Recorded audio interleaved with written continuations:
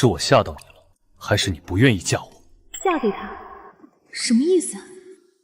我的手什么时候变得这么年轻了？你在说什么？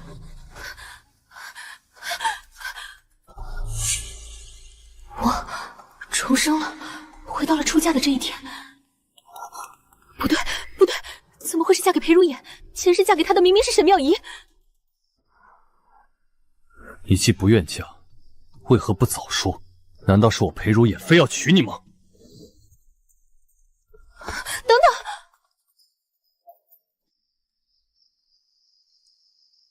等！真的回来了。曹老半生换来的顺心日子，竟然要从头来过。小姐，世子怎么黑着脸走了？世子好狠的心，新婚之夜就抛下你，这以后的日子可怎么过呀？紫菱，我问你，这些日子，二小姐沈妙仪可有什么异样？二小姐，她先前还不愿嫁给裴二公子，总嫌弃他没有爵位，没个前途。可不知怎的，半月前却突然想通了似的，非但不闹了，出嫁的时候还开开心心的呢。半月前，原来她也重生了，还比我早了半个月。她以为嫁给裴成就能复制我前世的路，真是愚蠢。前世沈妙仪换亲嫁给裴如言，却因出身不被婆婆待见，加上裴如言一心公路，直到她死时，她都没能怀上一儿半女。这一世，她以为选了裴彻就能改变人生，可惜她算漏了一点。只要裴如眼不死，裴彻就永远只是二公子。就算裴如眼死，只要他有儿子，这宁国公府的爵位也轮不到二房来继承。所以，我必须生下裴如眼的孩子。小姐，您看，您和姑爷已经圆房了。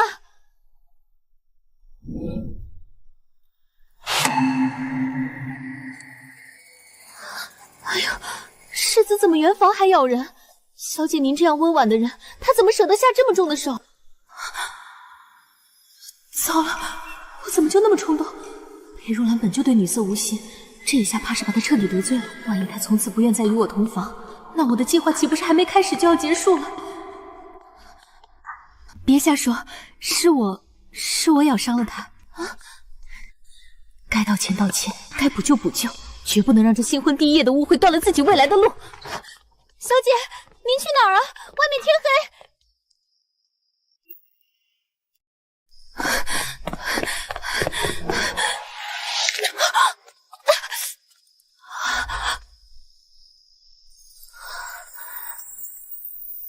嫂嫂，这声音我听了半辈子，熟悉到刻骨铭心。嫂嫂这是要去哪儿？兄长。书房。书房？没想到兄长新婚之夜竟是在书房过的，可要我差人带嫂嫂过去？不必了，我认得路。原来他奔赴自己的婚房时是这样欢喜的。上一世我和他的婚姻源于沈妙仪的算计，我明明是受害者，却要独自承受他所有的不满，即便他幡然醒悟。可我的失望早已积重难返。相比之下，裴如眼不知要好上多少。他少年时经才绝艺，如今22岁已是五品郎中，没有裴彻那些纨绔多情的毛病。就算洞房花烛夜被我气走，也只会去书房处理公务。看，多省心呢。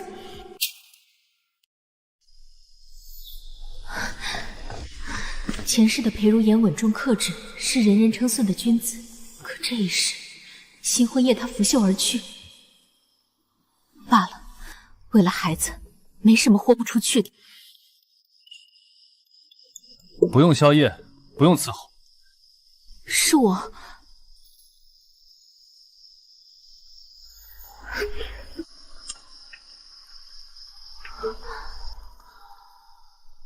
裴如眼在喝酒，可所有人都说他从不饮酒作乐。世子爷心有积阁，积劳成疾，怕是……他到底有什么郁结？可借酒消愁，只会更伤身体，这可不行。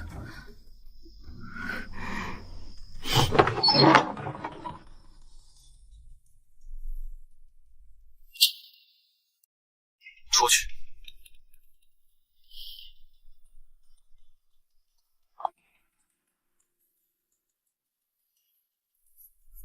喝酒伤身。你咬我的时候，倒也不怕伤到我。完了，这件事果然没那么容易过去。我不是故意咬你的，是因为你吓到我了。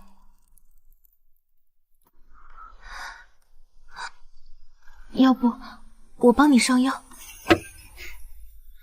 若等夫人上药，只怕会流血而亡。忍耐，为了孩子必须忍耐。你若还气，我让你咬回来就是。从冷淡到热情，不到半个时辰的功夫，你就换了2副面孔。想得到一个孩子，一个能让我在宁国公府立足的孩子，可这个答案现在绝不能说。得到什么？我什么都不想得到。今晚是洞房花烛夜，我只是想和你待在一处。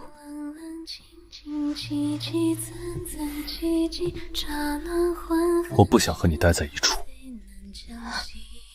新婚之夜，你不与你的妻子待在一处，你想和谁待在一处？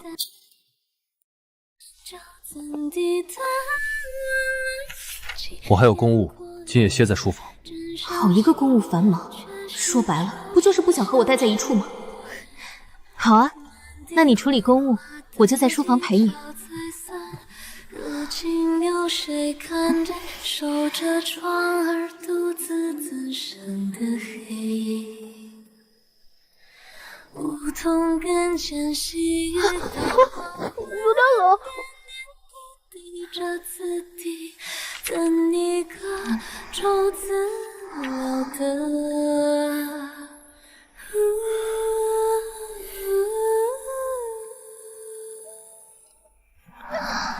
沈桑宁，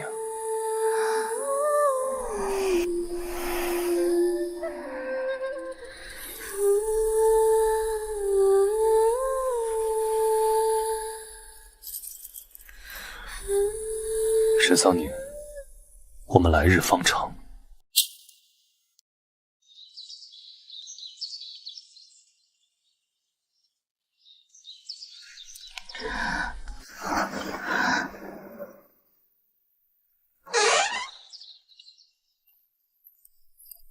醒了，该去给父亲母亲敬茶了。稍等，我去洗漱。哎，听说了吗？昨夜世子压根没回新房，直接歇在书房了。那位新来的少夫人，竟然还舔着脸自己跑到书房过夜的，真是没脸没皮。要我说啊，还是二少夫人有本事。我表姐在福花园当差，说昨夜二少爷院里一夜叫了3次水呢，3次。再看看咱们世子这边，竟然1次都没有。我竟不知，夫人歇在何处，也要遭你们议论。世子恕罪，奴婢再也不敢了，世子饶命啊！罚封半年，自去刑房领20板杖，再有下次，乱棍打出府去。走吧。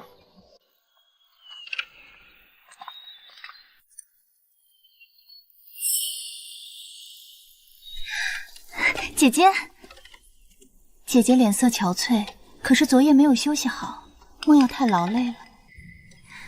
多谢妹妹关心。妙仪倒是精神好，想来二弟昨夜很是体贴，只是不知二弟去哪儿了，怎么让你一个人在此处等着？夫君敬完茶便有事先出门了，我在这里等姐姐一同进去。姐姐，我们快进去吧，别让公婆久等了。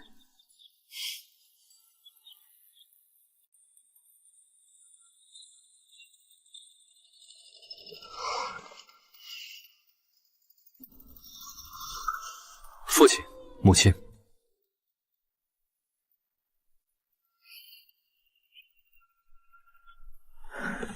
父亲，请喝茶。好，好，快起来吧。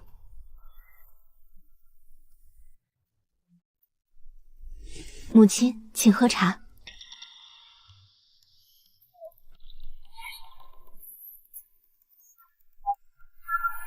茶太烫，母亲喝不了，去换盏温茶来。竟然用这种方式护着我。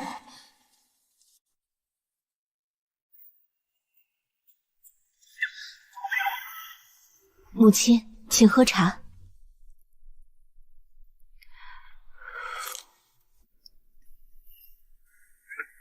沈氏，既入我宁国公府，做了我裴家的长媳，便要有长媳的端庄与本分。往日的那些小门小户的习气都要收起来。儿媳谨记。如今府中大小事务仍由我掌家，你初来乍到，不必分心旁骛。你眼下最重要的任务，便是早些为眼儿开枝散叶，绵延我长房的香火，这才是你身为世子夫人的头等大事。是，母亲。而且谨遵母亲教诲，定会尽心尽力，早日为夫君开枝散叶。赏。好了好了，都是一家人，燕儿媳妇别拘束，就当在自己家。眼儿，你留下，我有些话要与你说。沈氏，你先退下吧。是，父亲、母亲，儿媳告退。燕儿，你跟我说实话。昨夜到底是怎么回事？为何好端端的要歇在书房？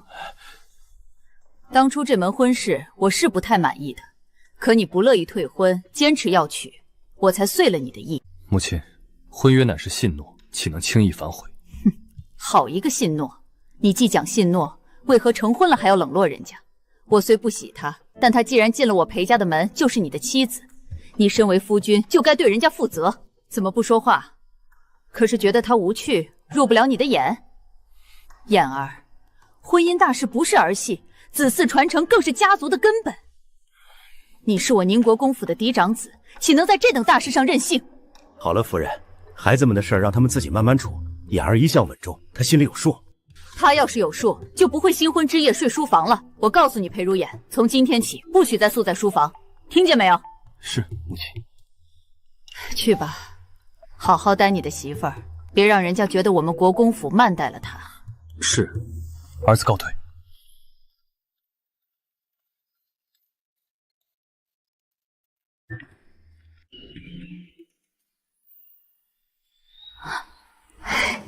姐姐，敬茶还顺利吗？婆婆可有刁难你？不过是叮嘱了几句家常话罢了。母亲待我很好。姐姐，昨夜那帕子还在吗？自然是茶宴过后就销毁了，留着做甚？妹妹问这个做什么？姐姐，我知道世子他昨晚定是没有碰你的。我知道用血就能蒙混过关，可这种事骗得了一时，骗不了一世啊。姐姐，你可有想过，将来若一直没有子嗣，会有何等下场吗？在这国公府，母凭子贵是唯一的道理。你今日能蒙混过关，将来呢？难道要守一辈子活寡吗？妹妹为何如此笃定，世子不会碰我？我自有我的法子知晓。姐姐，我不妨再告诉你一件事，我夫君将来可是会有大造化的。大造化？是啊，天大的造化。只是更具体的，我不能说了，天机不可泄露。既然是天机，妹妹为何又要告诉我？姐姐生了副商人头脑，我是知道的。若是能帮我经营生意，将来我定不会亏待姐姐。即便以后姐姐被世子厌弃，无所依靠，看在姐妹一场的份上，我也不会弃你于不顾。妹妹为何不自己去做？自古商人位卑，哪有我们这样的世家夫人亲自抛头露面的？可姐姐不同啊，姐姐的母亲本就出身商贾，你身上流着商人的血液，做这些是再正常不过的了。妙仪，不论商贾还是官宦，都是自食其力。相比之下，那些站着就想乞讨的人，更值得被人唾弃。你说谁乞讨？未出阁时我称你一声妹妹，是看在爹的颜面上，爹待你视如己出。可你好像自己都忘了你的生父是谁。我的母亲，不论出身巨富还是小贩，她都是我爹明媒正娶的原配正妻，是继入宗谱的薄夫人。而你，不过是个继室带来的女儿。今日你试图与我论尊卑，是件很可笑的事。姐姐，你别得意，你将来慧明今天错过了什么？罢了，我说这些，姐姐也听不懂。但我可以好心告诉你一件事：你的好夫君，宁国公府的世子，是不会有子嗣的。你这辈子就该守完活寡，守死寡。你胡言乱语什么？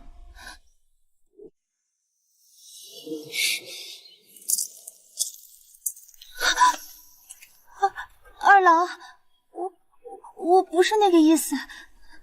二郎，你别这样看我，我好害怕。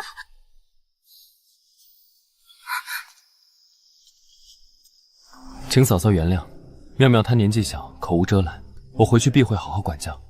还请嫂嫂看在我的份上，莫要将此事告知兄长和母亲。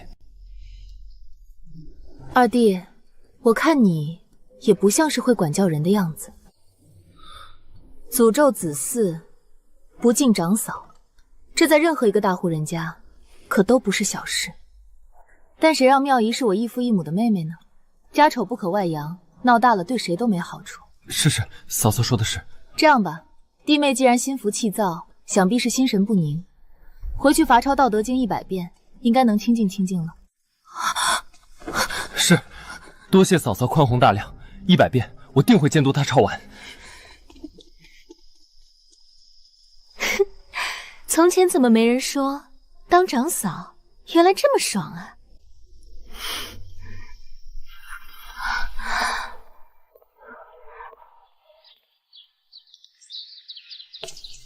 夫人在想什么？我在想，嫁给你很好。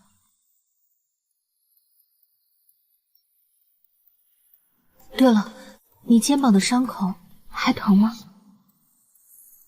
你先回青云院吧。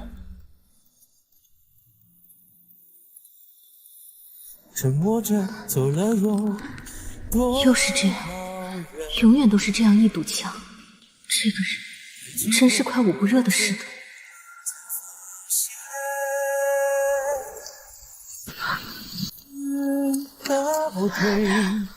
都修补了，为何不回院子里休息？你昨晚根本没睡吧？而且早膳也还没用。无妨。不行。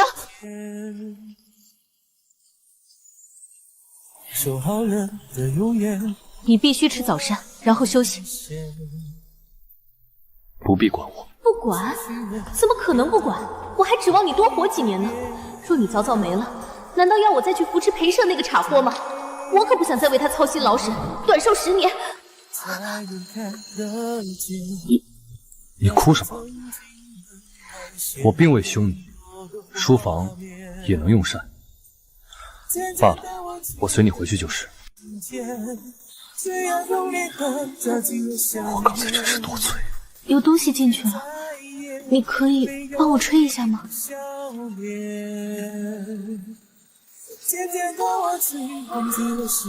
好了吗？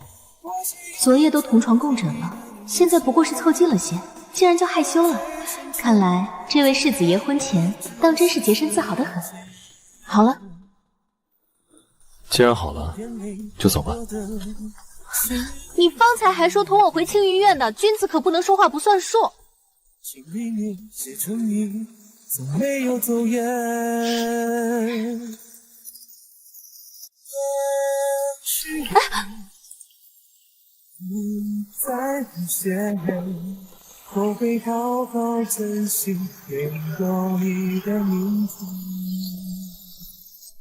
以为我刚刚用哭来逼他就范，可他这般正经的人不像是吃这一套的。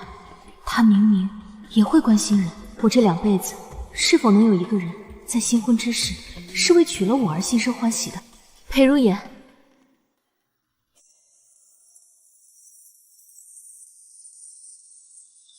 昨日你进婚房前，或是娶我是否有心存期待和欢喜？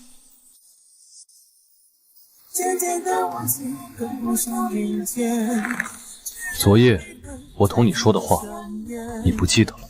昨夜你说了什么？难道是在我彻底失去意识前，他说过什么重要的话吗？没有。等等，你还没回答我的问题呢。不记得就不记得，再说一遍不就好了吗？已经回答了。少夫人，雨大，我们快进屋吧。2辈子2次婚姻，竟都遇不上一个对我心存欢喜的良人吗？也罢，本就是意料之中的事。从今往后，只将他当成一个合作的人，未来孩子的父亲便好。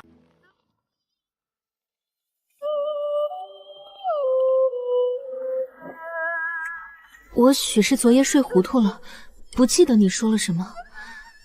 你没有生我的气吧？没有。既然没有生气，那你晚上要回房睡吗？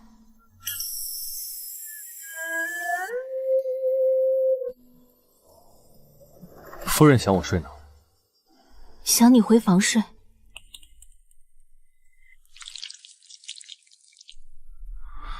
那汤挺好喝的。我不喜欢。不喜欢没关系，你晚上回来睡就好。夫人慢用。等等，你讨厌我吗？那你又为何娶我？就因为祖父让你娶，既已娶妻，便该承担起相应的责任。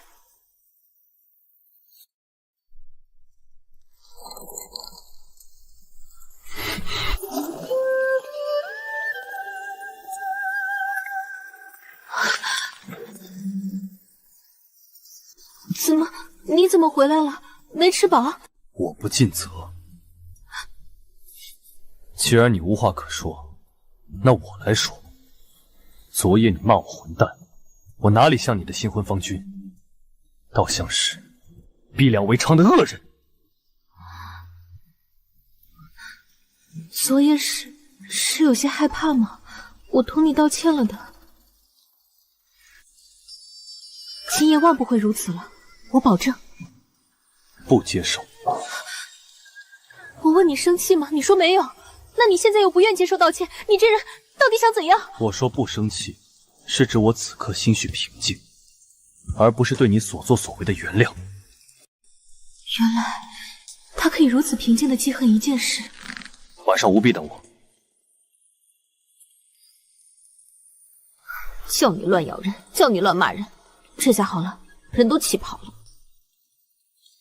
小姐，世子他又欺负您了，怎么这么不会疼媳妇儿啊？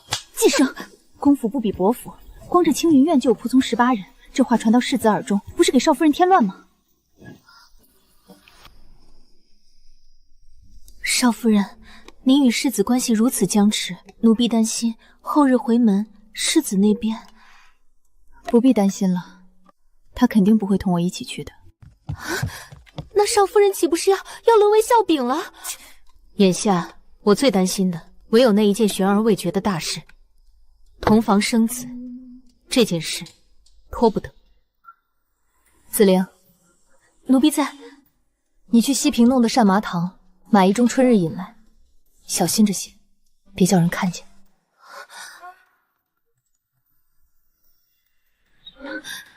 少夫人，三思啊！感情之事急不得，万一被世子知道您用这种手段，恐怕难以收场。拖不得，只有我知道时间有多紧迫，任务有多重。老爷，幸亏您有先见之明，帮着妙仪换了这桩婚事。那是自然。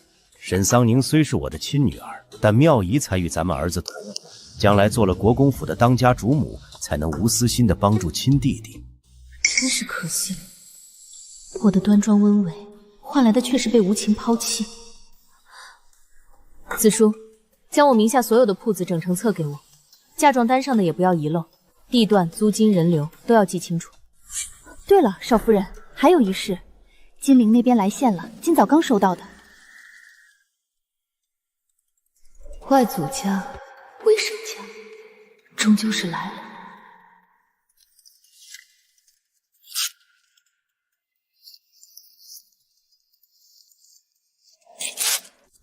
子苏，在金陵的那2年，你和紫菱一直陪在我身边。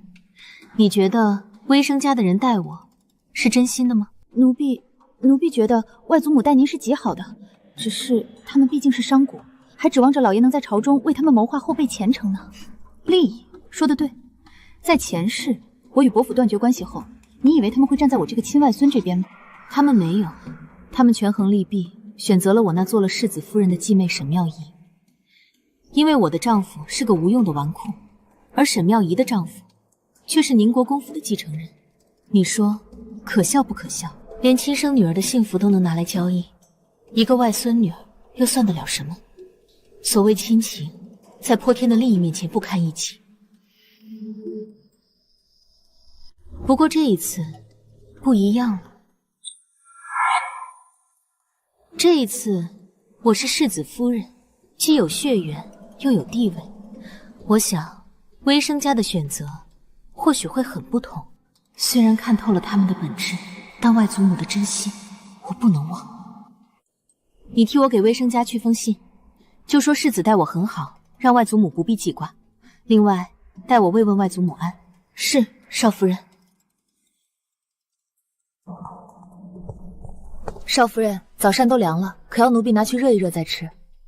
前世沈妙仪嫉妒她的才貌，将她赶去做粗活，还是裴如眼出面，将她送去了母亲身边。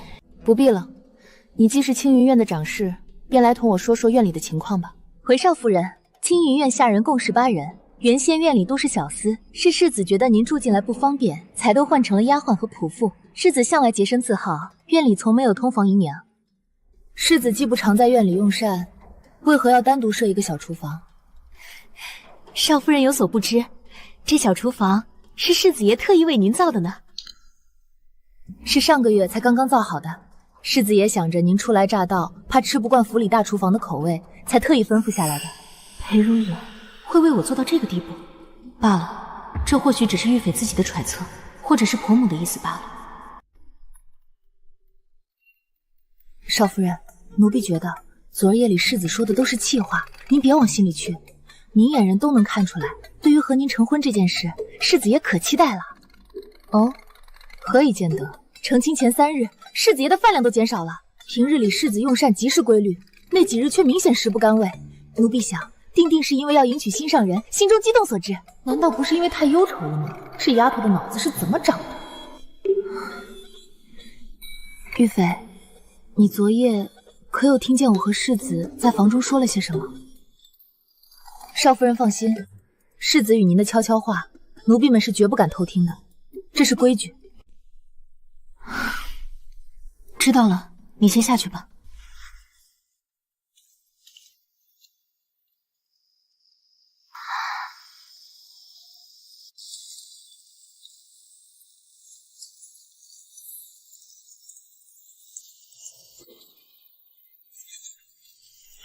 我问你生气吗？你说没有。这书没用了。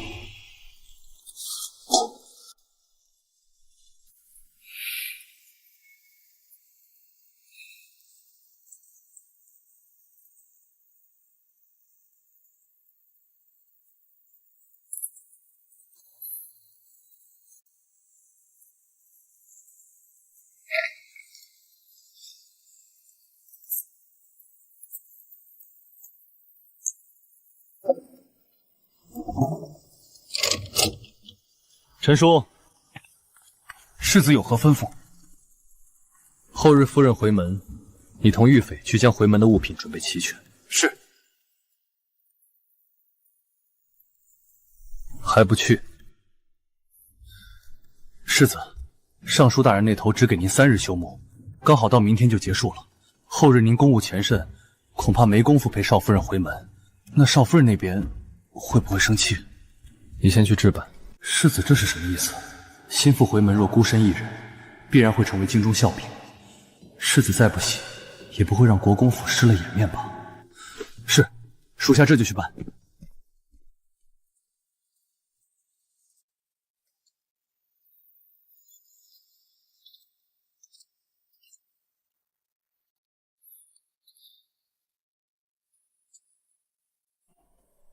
上好的喜酒，倒是浪费了。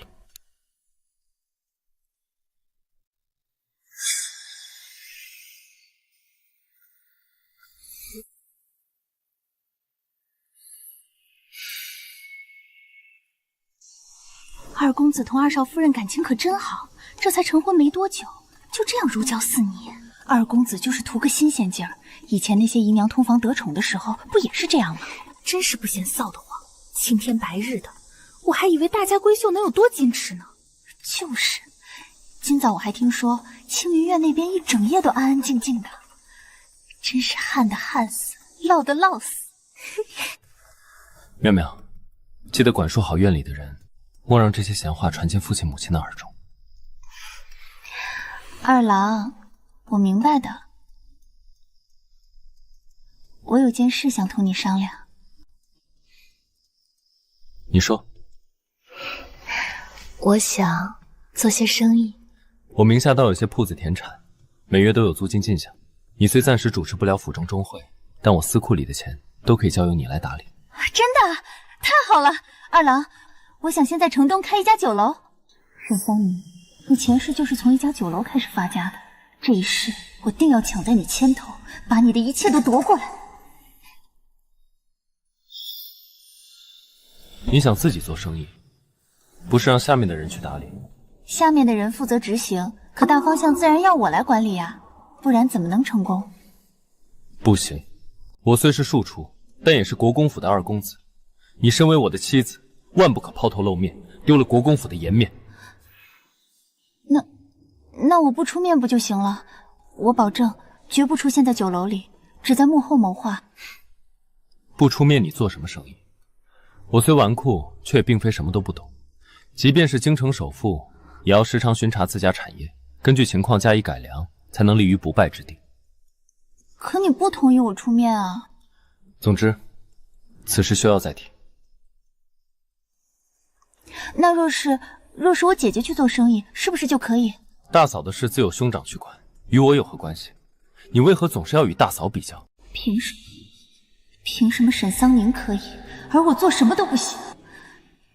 妙妙，家中不需要你去做这些，你若有什么喜欢的，只管告诉我，我给你买来就是，何必费心去折腾这些？妙妙，你今早说错了话，若传进旁人耳里，我也难护着你，以后须得谨言慎行。还有，大嫂让你抄的书，你务必及时抄完交过去，不要再因此惹她不快。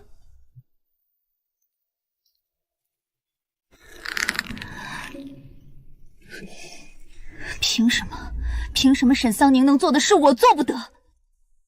凭什么我重活一世，还要被他压在头上，连自己的丈夫都要帮着外人来教训我？老天给了我重生的机会，就绝不能坐以待毙。裴彻现在不同意，是因为他鼠目寸光，等我将产业做起，他才会知道谁才是对的。素云，少夫人，我的嫁妆里有多少现银？回少夫人，现银是5000两。怎么才5000两？沈桑宁也只有这些，伯府嫁女应当是一视同仁的，何况伯爷向来宠爱您多些，不会在这上面亏待您的。您若觉得不够，可以回伯府再问伯爷要些。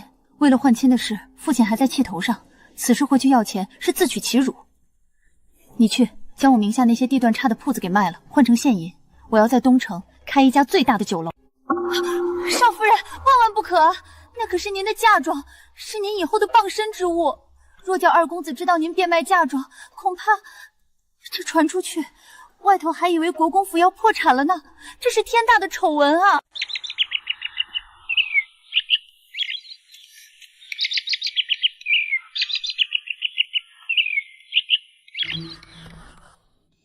紫菱姑娘，你是我们世子夫人身边的人，要时刻注意自己的形象，别给世子和夫人丢了脸。看你这慌慌张张的样子，成何体统？你手里拿的什么呢？完了，这可怎么办？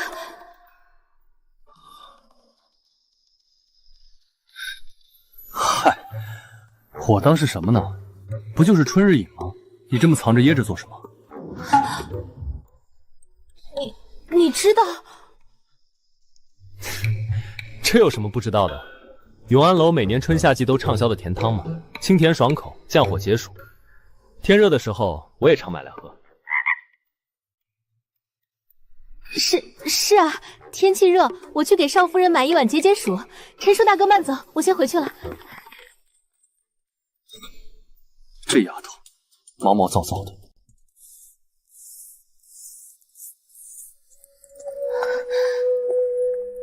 小姐，吓死我了！我还以为被陈叔大哥发现了呢，没想到这单朝堂真厉害，连汤蘸都做得和永安楼一模一样。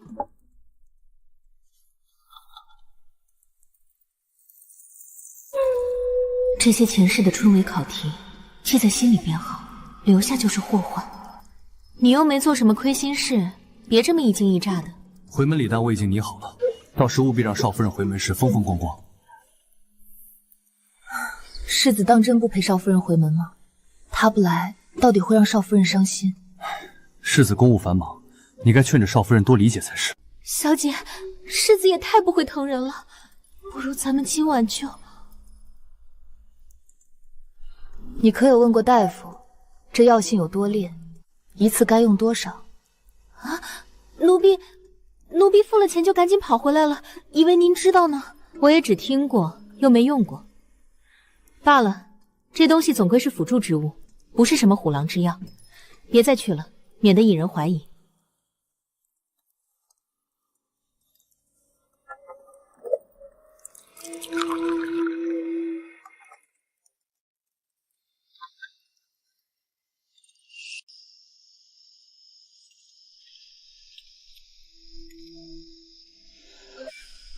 夫君，夜深了，我为你炖了安神汤。多谢夫人，我不需要。夫人也早些歇息吧。夫君，你把门打开，我只是想给你送碗安神汤。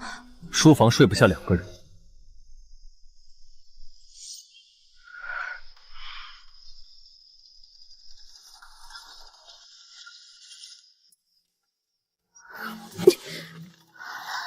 连书房都上了锁，防我同防贼一般。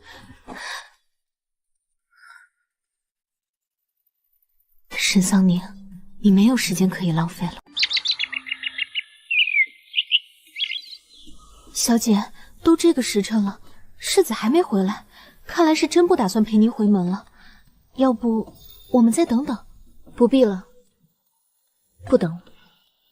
按理该与妙仪一同回门，不过我拖延了些时候，想必他已经走了。少夫人，您独自一人，怕是会招人闲话。无妨，走吧，该去面对的，总要面对。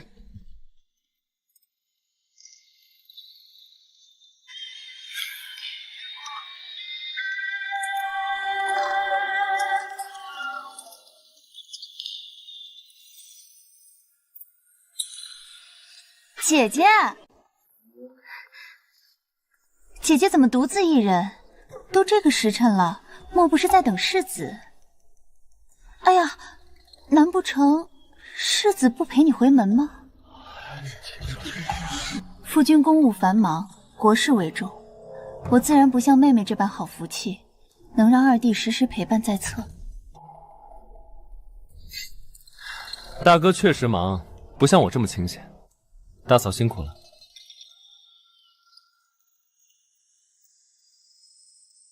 姐姐倒是嘴硬，咱们姐妹之间有什么说不得的？你拖延到现在才出门，想必是心里不痛快，独自生闷气呢。姐姐，快上我的车来吧，我们同乘一车，路上也有个伴儿。这里人多眼杂的，被人瞧见，说几句闲言碎语，恐怕会让姐姐更难过。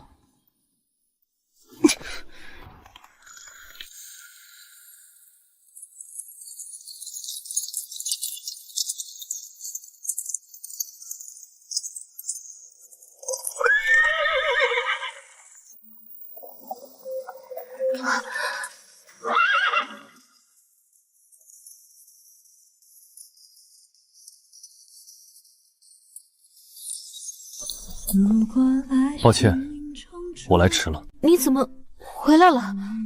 陈叔没有转告你吗？世子，少夫人，哎呀，都怪我。早上清点回礼时发现少了一件，寻了许久这才找，一忙起来就忘了告知少夫人，你会从衙门直接赶回来。世子，你罚我吧。他竟真的愿意为了陪我回门，放下公务。今日6不无事，可以一起回门。为何还会有这么多快把给少夫人娘家的回礼都搬上车，仔细着点。挡住了我的脚步。那是什么？荔枝。荔枝？3月的京城哪来的荔枝？少夫人，您可不知道，就这8筐冰镇荔枝，可是世子爷上个月就从闽南订了的。走水路转陆路，兜兜转转半个月，每到一个驿站就得换一批新饼才到京城。本该昨日就到，结果延误了1日，今早才送到，差点没赶上回门呢。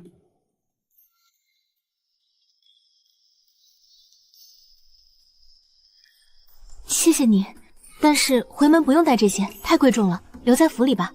我那个爹贪婪自私，给他吃简直是暴殄天物。你不必如此。我爹不喜欢吃荔枝，你拿去他反而会生气的。你莫不是想自己留着吃？那便少拿2筐。6筐也太多了，都留下吧。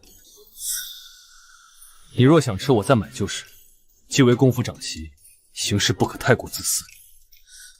我哪儿自私了？坐那里。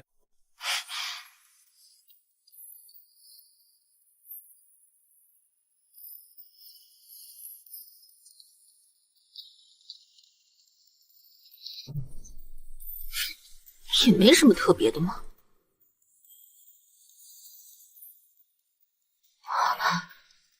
这是经过特殊处理的铁桦木，外面还包了夹层，能防水、防火，甚至能抵御寻常弓箭。原来是这样，这裴如眼竟然还这么细密，这马车怕是能抵御刺杀吧？哼，白费功夫。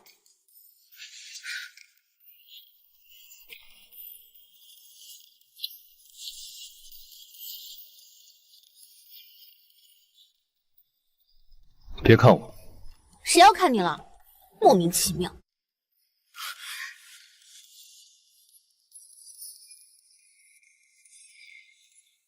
是我用词不妥，并无恶意。道歉就完了。今日我便要叫你裴如言亲眼见识见识，什么才叫做真正的自私。这承安伯府里的人，可一个比一个厚颜无耻。今天定要让这位不食人间烟火的世子爷好好看一场大戏。老爷，您好歹是长辈，哪有岳父在门口干等女婿的道理？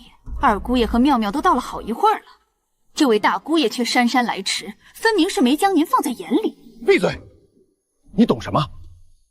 裴如言如今深得陛下看重，前途无量，只要攀好了这门亲，我们伯府说不定就能再上一个台阶。可也不能把妙妙和二姑爷晾在里头啊！二姑爷再不济也是国公府的二公子啊。二公子不过是个游手好闲的纨绔罢了，都怪妙妙当初不肯换亲，否则这世子夫人哪里轮得到沈桑宁？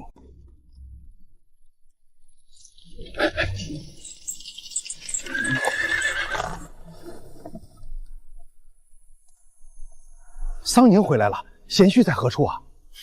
父亲、母亲。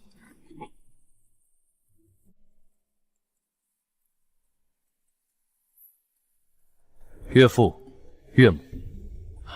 哎呀，贤婿一路辛苦了，快快请进。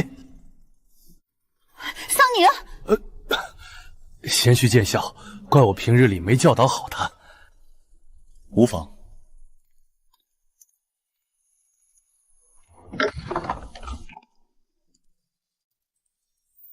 姐姐说，姐夫骑马射箭都很厉害，将来会做大将军，姐夫也可以教我吗？好，姐夫以后亲自教你。大嫂，桑宁，你同我出来一下。